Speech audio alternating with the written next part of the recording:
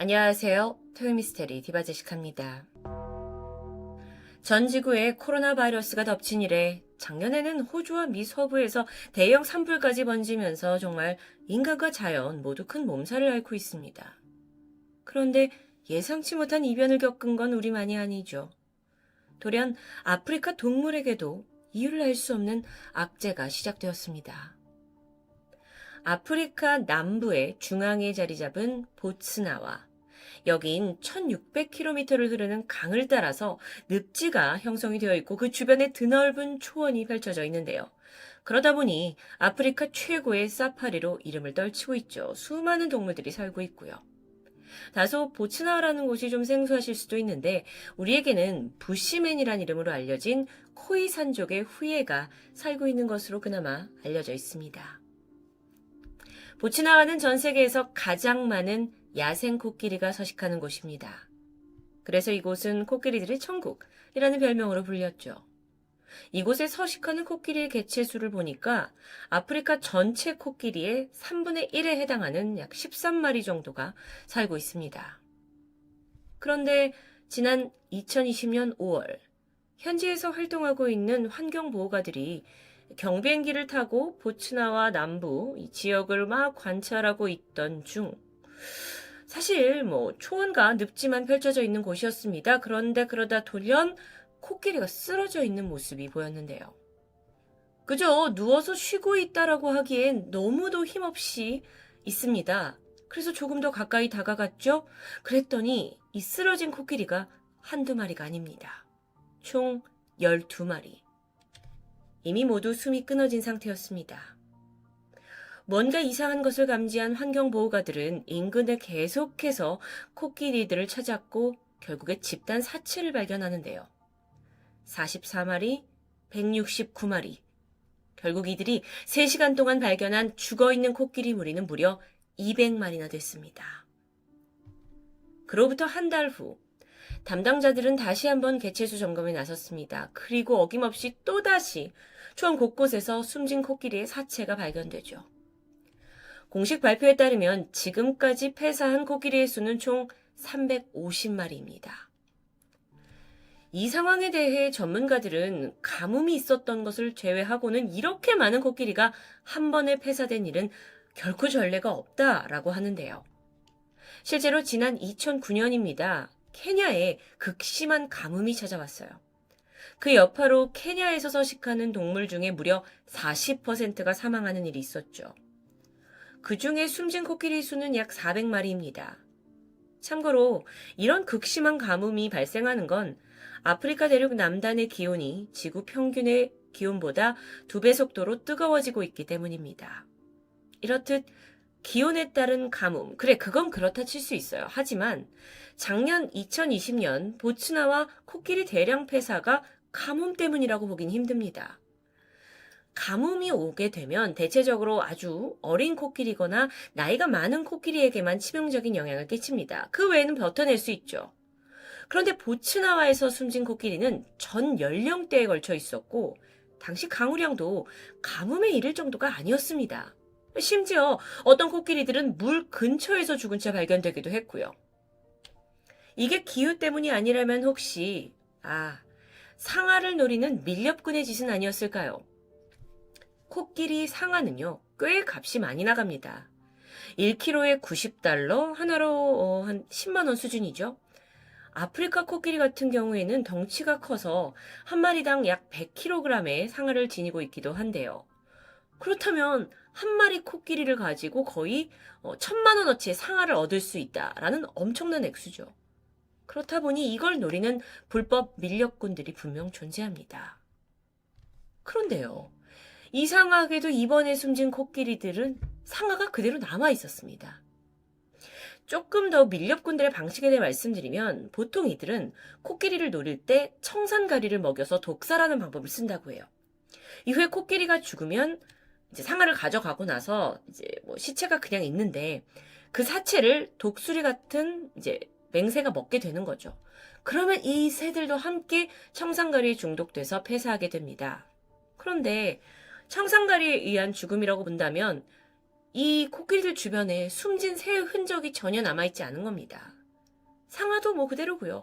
어쨌든 이건 명백히 밀렵꾼의 짓은 아닌 것으로 결론이 났죠. 그렇게 의문에 쌓여 있을 때쯤 원주민들의 제보가 들어옵니다. 코끼리들이 죽기 전에 하나같이 다 기이한 행동을 보였다는 거예요. 그 행동이란 건 다들 같은 자리에서 원을 그리면서 빙빙 돌고 있었다고 하는데요. 그러다 갑자기 얼굴을 땅에 떨어뜨리고 쓰러졌고 이후 다시 일어나지 못했습니다. 뿐만 아니라 살아남은 코끼리들 역시 방향 감각을 완전히 잃고 막 제대로 걷지도 못하고 또 부분적인 마비 증상을 보이기도 했고요. 이걸 근거로 전문가들은 분명 코끼리의 뇌에 어떤 이상이 생겼고 그게 죽음에 이르게 했다고 주장하고 있습니다. 사실 이 사건이 일어났을 당시에는 코로나 때문에 전 세계가 시끄럽다 보니까 혹시 이 코로나 바이러스가 코끼리에게 영향을 미친 게 아니냐라는 주장이 제기되기도 했죠. 실제로 미국의 한 동물원에서 고릴라 3마리가 코로나 확진 판정을 받으면서 인간 외에 동물 역시 바이러스에 자유롭지 못하다는 것은 익히 알려진 사실입니다.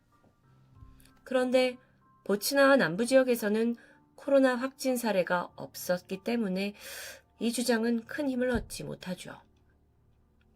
코끼리는 야생동물 중에서도 상당히 똑똑하고 사회적인 동물로 알려져 있습니다. 서로 물과 음식을 나눠 먹기도 하고요. 기억력이 좋아서 유대관계를 형성하기도 하죠. 어떤 코끼리인지를 기억하니까요. 그러다 보니까 죽은 동족의 코끼리를 발견했을 때 그 슬픔을 표현하기도 합니다.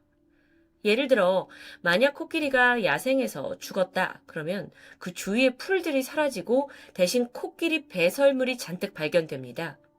그 이유가 죽은 코끼리를 애도하면서 다른 코끼리들이 그 지역에 한참 동안 머물러 있었다라는 것의 증거인데요. 그러니까 배설물이 있었던 거죠. 이러한 점을 볼 때 혹여 코끼리의 연쇄 죽음이 심리적인 이유에서 비롯된 코끼리 집단 히스테리라는 확률도 배제할 수는 없습니다. 동물 중에서도 감수성을 표현하는 그 특성이 워낙 강하기 때문이죠. 근데 그렇다 하더라도 350마리 떼죽음을 설명하기는 역부족입니다.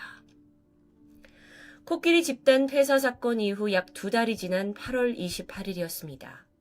이번엔 이웃나라 짐바브웨의 한 국립공원에서도 아기 코끼리 11마리가 의문의 죽음을 당합니다. 당국이 조사에 나섰지만 안타깝게도 이 사태의 원인 역시 정확히 밝혀지지 못했죠. 상아가 붙어 있었어요. 밀렵꾼의 소행은 아닙니다.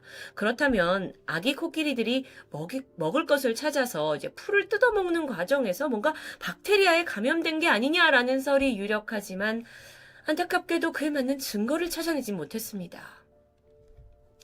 앞서 말씀드린 보츠나와 야생공원 관리자는 이 상황이 자연에서 발생한 어떤 독소가 원인일 수 있다고 가정합니다. 그리고 그게 무엇이든 간에 코끼리가 앓던 그 질병이 결국 인간에게 옮겨갈 가능성도 배제할 수 없다라고 경고했죠. 코로나 바이러스처럼 말입니다. 이런 주장에 있어서 보츠나와 정부는 관리 부족이다라는 비판은 당연히 받았고요. 이후에 세계에 있는 각국의 보건단체가 이건 혹시 더 큰 문제로 번질 수 있으니 우리가 원인을 찾아야 한다 하면서 연락을 취하게 돼요. 근데 보츠나와 정부는 코끼리 중어 그게 심각한 게 아니다 하면서 늑장 대응을 하게 되죠. 결국 코끼리 사체가 한참 시간이 지난 후에야 원인 규명을 위해서 세계 각국의 그 유명 연구소로 보내졌습니다. 보츠나 정부는 우리가 코로나로 인해서 해외 운송이 지연된 것뿐이다라고 뒤늦게 해명을 했지만요. 어쨌든 연구소로 보내진 코끼리의 사체, 그 원인이 밝혀졌을까요? 여러분, 물론 전 세계 곳곳에는 동물들이 떼죽음을 당한 일들이 잦게 발생합니다. 주요 원인으로 보면 질병, 환경 파괴, 또 생물에서 발생하는 자연적인 독성 순으로 알려져 있어요. 떼죽음으로 자주 희생되는 동물은 주로 물고기가 되겠죠. 근데 1970년대 이후에 개구리와 파충류가 대규모로 죽는 일도 잦아졌습니다. 그 일례를 좀 살펴보면 약 20년 전이었던 2011년 미국 아칸소주에 있는 작은 마을 비브시에서는 새해를 정확하게 30분 앞둔 상황이었어요. 마을 곳곳에서는 막 불꽃놀이가 일어나고 있었죠. 근데 주민 한 명이 그 시각에 강아지하고 함께 늦은 산책을 하다가 어두운 밤하늘에서 막 뭔가 떨어지는 걸 발견해요. 이 쏟아지는 게 뭔가 되게 폭죽이 떨어지는 건 아니었거든요. 왜냐하면 어두운 물체였기 때문입니다. 빛을 발광하지 않고요. 비처럼 그렇게 쏟아진 둔탁한 물체는 바로 죽은 새떼였습니다. 이날 마을에 떨어진 새는 무려 5,000마리. 도로와 집, 지붕, 정원에 죽은 새가 가득했습니다. 그런데 그로부터 불과 6일이 지난 1월 5일이었어요. 이번에는 미국 루이지애나주에서 찌르레기 새 500마리가 죽은 채 떨어지는 일이 발생하죠.